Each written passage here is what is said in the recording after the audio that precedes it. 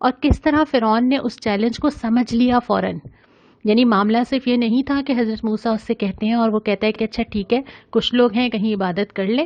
اس نے بھی ٹھیک ٹھیک اس پیغام کو سوچا، سمجھا، اس چیلنج کا اندازہ کیا کہ اگر یہ دین کی دعوت دی جا رہی ہے تو اس کا مطلب ہے پورا نظام. اس کا مطلب ہے کہ بندوں کو بندے کی غلامی سے نکال کے اللہ کی غلامی میں دے دینا. اسی وجہ سے جو ہم اس پورے واقعے میں جو شدت دیکھتے ہیں کہ حضرت موسیٰ کو اس کو دعوت دینا، پھر جادوگروں کا آنا، پھر جادوگروں کا اس معاملے سے ہٹ جانا، ایمان لے آنا، صبر کی دعا کرنا، یہ پورا واقعہ ہمیں سنایا ہی اس لیے جا رہا ہے کہ یہ حق اور باطل کا معاملہ تو آتا رہتا ہے. ہم پہلے یہ بات پڑھ چکے ہیں کہ حق اور باطل کی کشمکش تو چلتی ہے اور چلتی رہے گی، لیکن حضرت موسیٰ نے فرعون کو جا کے جو چیلنج کیا وہ اسی لیے کیا کہ دین انفرادی معاملہ نہیں ہے. یہ نہیں ہو سکتا کہ میں دین پہ چلتی رہوں اور اپنے گھر میں رہوں اور باقی دنیا میں جو ہو رہا ہے وہ ہوتا رہے. یہ پاسبل ہی نہیں ہے، پھر میرا دین بھی نہیں بچے گا. تو اسی لیے فرعون کو جا کے جو چیلنج کیا گیا وہ اسی وجہ سے کیا گیا. اور پھر اس کے بعد جو واقعہ ہے وہ ہم انشاءاللہ آپ کبھی تفسیر پڑھیں گے تو بہت تفصیل کے ساتھ آپ کو ملے گا. پھر ہم آ جاتے ہیں آگے. دوسرا ربع یہ شروع ہوتا ہے ہدایات کے ساتھ. یعنی حضرت موسیٰ جب اللہ تعالیٰ سے بات کرتے ہیں، دیکھنا چاہتے ہیں، جاتے ہیں، اور اس کے بعد پھر اللہ تعالیٰ ان کو تختیوں پہ ہدایات دیتے ہیں. اور وہ ہدایات کیا ہیں؟ وہ شریعت ہے.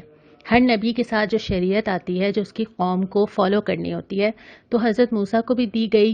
لیکن جو لوگ حضرت موسیٰ کے پیچھے تھے، جن پہ حضرت ہارون کو اپنے بھائی کو ذمہ دار بنا کے گئے تھے، انہوں نے بچڑے کو معبود بنا لیا. پھر قرآن وہ واقعہ بتاتا ہے کہ کس طرح حضرت موسیٰ واپس آئے، ناراضگی کا اظہار کیا، اور اس کے بعد پھر قرآن تبصرہ کرتا ہے اس ہدایت کی طرف جو ہمیں دی گئی ہے، جو میرے اور آپ کے پاس ہے.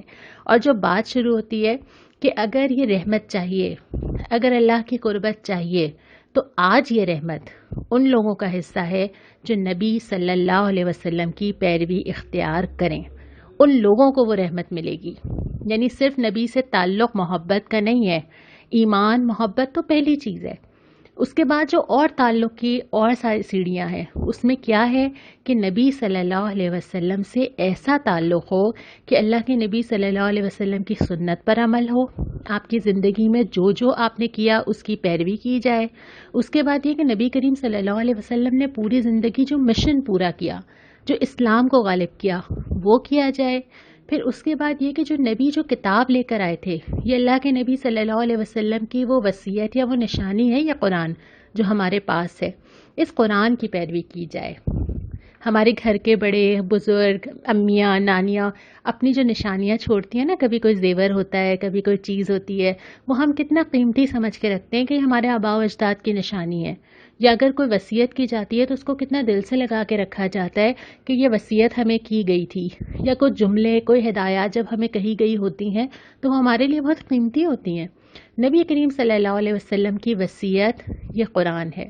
نبی کریم صلی اللہ علیہ وسلم کا ترکہ یہ قرآن ہے، جو آپ نے ہدایت فرمائی تھی کہ میں تمہارے درمیان دو چیزیں چھوڑے جا رہا ہوں جن کو تھام کے رکھو گے تو کبھی گمراہ نہ ہوگے، کتاب اللہ اور میری سنت. تو اللہ کے نبی صلی اللہ علیہ وسلم سے یہ سارا تعلق مطلوب ہے، محبت کا بھی، ایمان کا بھی، اطاعت کا بھی، پیروی کا بھی، مشن جو آپ صلی اللہ علیہ وسلم نے چھوڑا وہ بھی، پھر آپ کی لائی ہوئی کتاب سے تعلق بھی، یہ ساری چیزیں مطلوب ہیں. اس کے بعد پھر ذکر کیا کہ بنی اسرائیل نے جو کیا تھا وہ ہمارا ظلم نہیں تھا. پورے قرآن میں اللہ تعالیٰ نے بہت ساری جگہ ان لوگوں کو ظالم کہا ہے جو گناہ کرتے ہیں. وہ کس پہ ظلم کرتے ہیں؟ بہت ساری جگہ پہ آپ لوگوں پہ تو ظلم نہیں کر رہے ہوتے، لیکن ظالم اس لیے کہا جاتا ہے کہ اپنے آپ پہ ظلم کر رہے ہوتے ہیں. یہ اللہ کا ظلم نہیں تھا. کوئی بھی انسان اپنی زندگی میں اگر اپنے آپ کو جہنم کے لیے تیار کرتا ہے، اگر اپنے نفس کو غلط باتوں پہ راضی کر لیتا ہے، اگر وہ اللہ کی رضا پہ نہیں چلتا ہے، تو وہ اصل میں تو اپنے اوپر ظلم کر رہا ہے، وہ اپنے ساتھ زیادتی کر رہا ہے، وہ کسی اور کو نقصان نہیں پہنچا رہا. اسی لیے اللہ تعالیٰ ہر اس انسان کو ظالم کہتا ہے جو راہ راست سے ہٹتا ہے. اور یہاں پہ بھی فرمایا کہ بنی اسرائیل جو ظلم کر رہے تھے وہ اپنے اوپر کر رہے تھے، اللہ نے ان کے اوپر کوئی ظلم نہیں کیا تھا.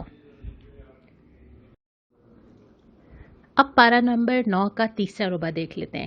سب سے پہلے شروع میں ان لوگوں کا ذکر ہے جو دوسروں کو برائی سے روکتے تھے، اور اس میں سب سے پہلے کچھ لوگوں کا ذکر ہے جن کو کہا جاتا تھا کہ تم کیوں برائی سے روکتے ہو، اور یہ بہت آسان ہے یہ بہت سیف ہے کہ آپ اپنے گھر میں رہیں، اچھے کام کریں اور آپ اس پہ بودر ہی نہ کریں کہ باہر کیا ہو رہا ہے نا. اور کچھ لوگ یہ کہتے ہیں کہ اپنے کام سے کام رکھو. تو جو لوگ برائی سے روکتے تھے، نیکی کا حکم دیتے تھے، قرآن ذکر کرتا ہے کہ دوسرے لوگ ان کو آ کے کہتے تھے کہ تمہیں کیا ضرورت ہے نصیحت کرنے کی، تو وہ کیا جواب دیتے تھے؟ ہم اپنی حجت پوری کریں. ہمیں تو اللہ کے پاس یہ جواب دینا ہے کہ جب معاشرے میں اتنا کچھ ہو رہا تھا تو ہم کہاں تھے، ہم کیا کرتے تھے. اس کی وجہ یہ ہے کہ کوئی بھی انسان غیر جانبدار نہیں ہوتا، یہ ہو ہی نہیں سکتا. کہیں نہ کہیں تو ہمارا وزن گر رہا ہے نا، کسی ایک راستے پہ تو ہم جا رہے ہیں نا، کسی ایک جگہ ہم فالو کر رہے ہیں اور فالو کروا رہے ہیں. تو ہم کہاں پر ہیں؟ ہم نیوٹرل تو ہو ہی نہیں سکتے. تو جو انسان جس جگہ پہ جا رہا ہے وہ وہیں پہ اپنا وزن ڈال رہا ہے. تو اللہ تعالیٰ کے پاس ہم نے یہ جواب تو دینا ہے نا کہ ہم کیا چھوڑ کے آئے ہیں. آپ کو وہ آیت یاد ہے جو ہم نے پڑھی تھی کہ ہر انسان دوہری ذمہ داری اٹھا رہا ہے. ایک اپنی تو لے ہی رہا ہے لیکن ایک معاشرے پہ جو اپنے اثرات چھوڑ رہا ہے وہ اس کی ذمہ داری بھی لے گا. تو یہاں پہ بھی یہی ذکر ہے کہ وہ لوگ یہ کہتے تھے کہ تم لوگ کیوں روکتے ہو، لیکن روکنے والے یہ کہا کرتے تھے کہ ہم اپنی ذمہ داری پوری کریں، ہم اللہ کو ہم نے جواب دینا ہے کہ ہم نے کیا کیا. تو جب عذاب آیا تو اللہ تعالیٰ نے ان لوگوں کو بچا لیا جو برائی سے روکتے تھے. اور اس کے بعد پھر اس عہد کا ذکر ہے جو الستو بربکم، تمام ارواح سے عالم بالا میں اللہ تعالیٰ نے ایک عہد لیا تھا کہ کیا میں تمہارا رب نہیں ہوں، اور لوگوں نے کہا تھا کہ ہاں آپ ہمارے رب ہیں. اس کی مثال آپ یہ سمجھیے کہ اگر کوئی فیچر بلٹ ان ڈال دیا جائے، یعنی ہمارے اندر یہ چیز بلٹ ان ہے لیکن پھر اس کے بعد ہم اپنے اعمال سے، اپنے فیصلوں سے اس کو دبا دیتے ہیں. لیکن جب ہم نیکی پہ چلنا چاہتے ہیں تو جو ہمیں سیٹسفیکشن ملتی ہے نا، اس کی وجہ ہی یہ ہے کہ اللہ تعالیٰ نے یہ ہمارے اندر ودیت کر کے ہمیں بھیجا ہے کہ ہم اللہ تعالیٰ کی طرف جھکتے ہیں، ہم سکون پاتے ہیں اللہ کی عبادت میں. اور اس کے بعد پھر اللہ تعالیٰ نے ان لوگوں کی مثال دی ہے جو خواہش نفس کی پیروی کرتے ہیں. پہلے ہم نے یہ پڑھا تھا کہ بہت ساری چیزیں جن کی اللہ کو چھوڑ کے بندگی کی جاتی ہے اس میں سے ایک انسان کا اپنا نفس ہے. اور یہاں پہ ذکر اللہ تعالیٰ نے کیا جانوروں کی مثال کے ساتھ. خاص طور پہ یہاں پہ یہ ہے کہ ایک انسان جو آیات کی پابندی نہیں کرتا اس کی مثال اس کتے کی طرح سے ہے کہ زبان لٹکائے رہے ہر وقت، اس کو کوئی فرق نہیں پڑتا کیا ہو رہا ہے. تو اسی طرح جب انسان خواہش نفس کے پیچھے بھاگتا ہے، وہ کوئی بھی خواہش ہو. ابھی رمضان کے مہینے میں اگر اللہ تعالیٰ آپ کو روزہ رکھواتا ہے، اللہ تعالیٰ بہت ساری چیزوں کی پابندی کرواتا ہے، تو وہ چاہتا ہے کہ آپ اپنے نفس کو کنٹرول کر سکیں. آپ کا دل چاہتا ہے آپ کو کھانا ہے لیکن آپ نہیں کھا رہے، ٹھیک ہے نا. وہ اسی وجہ سے کہ اللہ تعالیٰ چاہتا ہے کہ آپ اپنے نفس پہ کنٹرول کریں، نفس کے پیچھے نہ بھاگیں. ایک 30 ڈیز کا آپ کو جو پورا پلانر دیا جاتا ہے اس میں آپ کی نیند بھی قربان ہوتی ہے، اس میں رات میں بھی نمازیں لمبی ہو جاتی ہیں، اس میں بہت ساری جائز چیزوں کو منع کر دیا جاتا ہے. اور وہ اسی لیے کیا جاتا ہے کہ بجائے اس کے کہ نفس آپ کو اپنے پیچھے دوڑائے، آپ نفس کو کنٹرول کر کے رکھیں. آپ کے ہاتھ میں اس کی باغیں ہوں. جس وقت اللہ کی اجازت ہوگی اس وقت وہ نفس اپنی خواہش پوری کرے گا، اور جس وقت اللہ تعالیٰ کہیں گے کہ نہیں تو وہ رک جائے گا. تو یہاں پر بھی یہی ہے کہ جو اپنی خواہش نفس کے پیچھے بھاگتا ہے نا، پھر تو وہ نیور اینڈنگ چیز ہے. کھانا نیور اینڈنگ ہے، یہ ایک ریسیپی، دوسری ریسیپی، 2 ریسیپیز ملا کے تیسری ریسیپی، کوئی اینڈ نہیں ہے. کپڑا، چیزیں جمع کرنا نیور اینڈنگ چیز ہے. پھر اس کے بعد جو دیگر خواہشات، ہوس پرستی، کہاں کہاں تک انسان کو حیوان کی سطح پہ لے جاتی ہے. تو یہ ساری چیزیں جو نفس کی خواہشات ہیں، اگر انسان اس کو کنٹرول کرنے کی پریکٹس نہیں کرے گا تو پھر آہستہ آہستہ وہ اس کے پیچھے پیچھے بھاگتا بھاگتا ایک دن جا کے حیوان بن جائے گا. اس لیے یہ ضروری ہے کہ انسان اپنی خواہش کو کنٹرول کر کے رکھے. اور اس کے بعد پھر فرمایا کہ اللہ کو اچھے ناموں سے پکارو، اور کچھ ہدایات بھی دی ہیں کہ کچھ چیزوں کا خیال رکھو. وہ کیا ہے؟ نرمی اور درگزر. اللہ تعالیٰ کو بہت پسند ہیں وہ لوگ جن کے اندر نرمی ہوتی ہے، جو لوگوں کو معاف کرنے والے ہوتے ہیں. دوسری بات یہ، معروف کی تلقین کرو، نیکی کا حکم دو، لوگوں کو اچھی باتیں سکھاؤ. تیسری بات یہ ہے جاہلوں سے نہ الجھو. یہ تو نہیں ہو سکتا کہ کوئی آپ سے آ کے حجت نہ کرے. بہت سارے لوگ بہت کچھ کہیں گے، لیکن اپنے اندر ایک ڈگنیٹی رکھتے ہوئے جس کے اندر خیر دیکھی جائے اس کو سمجھایا جائے، اور جو بلا وجہ بحث کر رہا ہے اس کو نظر انداز کر دیا جائے. اور آخری چیز یہ کہ اللہ تعالیٰ کی پناہ مانگو. یہ 4 چیزیں یہاں پہ ہمیں سکھائی گئی ہیں. آخری ربع میں سورہ انفال کا آغاز ہو رہا ہے جو مدنی صورت ہے. بالکل ابتدا میں وہی بات آ رہی ہے جو سورہ نساء میں آئی تھی کہ اللہ سے ڈرو اور اپنے تعلقات کو درست کرو۔ اس کے بعد پھر غزوہ بدر میں جو مال غنیمت کی تقسیم کا معاملہ تھا اور لوگوں کے درمیان ایک نزاع سا پیدا ہو گیا تھا کہ مال کس کو ملنا چاہیے، اس کے لیے اللہ تعالیٰ نے خمس کا قاعدہ طے کیا۔ اس کے بعد اہل ایمان کی صفات ہیں جو کہ ہم نے پہلے پڑھی ہیں کہ ایمان، نماز، توکل اور انفاق۔ اس کے بعد اللہ تعالیٰ نے کچھ کیفیات کا ذکر کیا ہے۔ غزوہ بدر کے میں آپ جانتے ہیں کہ مسلمانوں کی تعداد بہت کم تھی اور سامنے لشکر بہت بڑا تھا اور ایسا لگ رہا تھا کہ جیسے موت کے منہ میں جا رہے ہیں۔ تو اس وقت جو مسلمانوں کی دل کی کیفیات تھی نا، اللہ تعالیٰ نے اس کا ذکر کیا ہے کہ اس وقت جو دل کے اندر ایک تڑپ تھی، اس وقت جو خوف تھا کہ کیا پیش آئے گا، کیسے ہوگا، تو ان سب میں تسلی بھی دی گئی ہے، بتایا بھی گیا ہے کہ اللہ تمہارے ساتھ تھا، اس نے تمہارا ہاتھ تھاما تھا، اس نے تمہیں یہ لگ رہا تھا کہ تم موت کی طرف ہانکے جا رہے ہو، تم اللہ سے فریاد کر رہے تھے، اللہ نے اطمینان تمہارے اوپر طاری کیا، اور جو تم نے مارا، جو تم نے پھینکا، وما رمیت اذ رمیت ولکن اللہ رما، تم نے نہیں پھینکا تھا، وہ تو اللہ نے پھینکا تھا، یعنی جب تم اللہ کی راہ میں چلے تھے تو اللہ تمہارا ہاتھ بن گیا تھا، یہ تسلی دی گئی۔ اور اس کے بعد فرمایا کہ اللہ رسول کی پکار پر لبیک کہو۔ جب اللہ تمہیں پکارے، اللہ کے پکارنے کو اللہ تعالیٰ نے تشبیہ دی ہے اللہ کے دین کی ضرورت کے لیے، کہ جب اللہ کے دین کی ضرورت ہو تو اس کی مثال ایسی ہے گویا اللہ نے تمہیں پکارا ہو، تو کیا کہو؟ لبیک، میں حاضر ہوں، میں حاضر ہوں اے اللہ آپ کے دین کے لیے اور جہاں میری ضرورت ہو۔ اس کے بعد فرمایا کہ اللہ جو ہے وہ انسان اور اس کے دل کے درمیان حائل ہے۔ یہ موضوع ہمارا بھی اگلے پارے میں بھی آئے گا، ہم وہاں تفصیل سے پڑھیں گے، لیکن یہ کہ اللہ جانتا ہے کہ تمہارے دل کے اندر کیا ہے اور اسی کے مطابق تم سے معاملہ کرے گا، اور آخر میں یہ کہ تم تقوی اختیار کرو گے نا تو اللہ تمہیں فرقان دے گا۔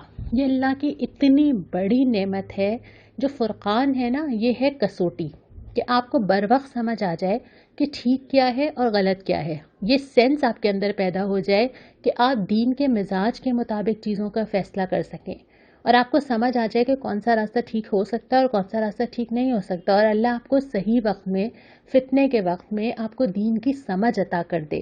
اس چیز کو کہتے ہیں فرقان۔ قرآن حکیم کو بھی فرقان کہا جاتا ہے کیونکہ یہ بھی کسوٹی اور یہ فیصلہ کرتی ہے کہ صحیح کیا ہے اور غلط کیا ہے۔ تو جتنا انسان اللہ کا تقوی اور اللہ کا ڈر اور اللہ کی محبت رکھتا ہے، اس کے اندر اللہ تعالیٰ یہ سینس ودیت کر دیتا ہے اور اس کے لیے آسان ہو جاتا ہے کہ وہ سیدھا راستہ دیکھ سکے۔ یہاں آ کے ہمارا 9واں پارہ مکمل ہوا، لیکن اس پارے کے سلسلے میں ایک سوال آپ سے آج کرنا ہے جو بہت آسان ہے، اور وہ سوال کیا ہے؟ سوال یہ ہے کہ اللہ کے نبی صلی اللہ علیہ وسلم سے ہمیں کیسا تعلق رکھنا چاہیے؟ کون کون سی چیزیں ہیں جو نبی کریم صلی اللہ علیہ وسلم سے تعلق کے سلسلے میں مطلوب ہیں؟ اس کا جواب آپ ای میل ایڈریس پہ ہی مجھے دیں گے۔ دعا کی سلائیڈ پہ جانے سے پہلے میں آپ کے سامنے کچھ نام رکھنا چاہوں گی، اگرچہ یہ نام بہت زیادہ ہیں، لیکن کچھ ایسے نام جو ہمارے ساتھ مستقل رہے ہیں، جنہوں نے رپلائی کیا ہے، جنہوں نے کویشچن کے آنسرز دیے ہیں، ریگولرلی دیے ہیں، تو اس میں سے کچھ نام میں آپ کے سامنے رکھ رہی ہوں۔ مجھے اندازہ ہے کہ ہزاروں کی تعداد میں اس وقت واٹس ایپ گروپس بنے ہوئے ہیں، آپ سب نے ہی اپنے کانٹیکٹ کے گروپس بنائے ہوئے ہیں، آپ اس میں فارورڈ کر رہے ہیں، ڈسکس کر رہے ہیں، آنسرز لے رہے ہیں، اور ان سب کا نام رکھنا یہاں پاسبل بھی نہیں ہے۔ آپ کا فیڈ بیک ڈائریکٹلی یا انڈائریکٹلی آ بھی رہا ہے، لیکن یہ بس وہ نام ہیں جو ہماری I D per, E mile I D پر یا فیس بک پر ہمیں رپلائی کرتے رہے ہیں۔ ان میں ملک کے کونے کونے سے تو ہیں ہی، یعنی پاکستان کے اندر سے بڑے شہروں کے علاوہ چھوٹے چھوٹے شہروں سے بھی ہیں، اس کے علاوہ دنیا بھر سے امریکہ، Canada, India, Spain, Dubai, Japan, تمام جگہ کے لوگ شامل ہیں۔ یہ نام آپ کے سامنے چل رہے ہیں، اس میں ایج گروپ بھی ڈفرینٹ ہے، یعنی 8 کلاس کی بچی بھی ہے جو بہت ڈیٹیل سے جواب دیتی ہے، 80 ایئرس کی خاتون بھی ہیں جو اتنے ہی انٹرسٹ سے رپلائی کرتی ہیں۔ لیکن یہ ساری لسٹ دکھانے کا مقصد کیا ہے؟ میں آپ کو یہ نام کیوں دکھا رہی ہوں؟ کیا اس لیے کہ آپ اپنا نام ڈھونڈ کے خوش ہو جائیں، یا اس لیے کہ میں آپ کو دکھانا چاہتی ہوں کہ کتنے لوگ رپلائی کر رہے ہیں؟ نہیں، یہ میں آپ کو اس لیے دکھا رہی ہوں کہ ہم نے جب سورہ کہف پڑھی تھی کہ اپنے آپ کو ان لوگوں کے ساتھ کنیکٹ کرو جو تمہارے لیے چیزوں کو آسان کریں، تم سب ایک دوسرے سے طاقت لو، حوصلہ لو، تم سب ایک دوسرے کو بیک اپ کرو، تو یہ وہ لوگ ہیں جو سب آپس میں جڑے ہوئے ہیں اس وقت۔ اور ان تمام لوگوں کو کس چیز نے جوڑا ہے؟ جو سورہ بقرہ میں آیا تھا کہ اللہ کی کتاب کو مضبوطی سے تھام لو، اللہ کی رسی کو مضبوطی سے تھام لو. یہی ایک چیز ہے جو انسان کو بے غرضی کے ساتھ کنیکٹ کرتی ہے. کسی کا کسی سے کوئی فائدہ، غرض، رشتہ داری نہیں ہے، لیکن جس چیز نے سب کو جوڑ کے رکھا ہوا ہے وہ ہے اللہ کی کتاب. اور یہی آپس میں محبت پیدا کرتی ہے، سب کو جوڑ کے رکھتی ہے. اور یہی چیز یہ ہے جس نے آپ کو ایک نہیں رہنے دیا. اس وقت آپ وہ ایک فرد نہیں ہے، اس وقت آپ ان تمام لوگوں میں شامل ہیں جو دنیا بھر میں اس کتاب سے جڑے ہوئے ہیں.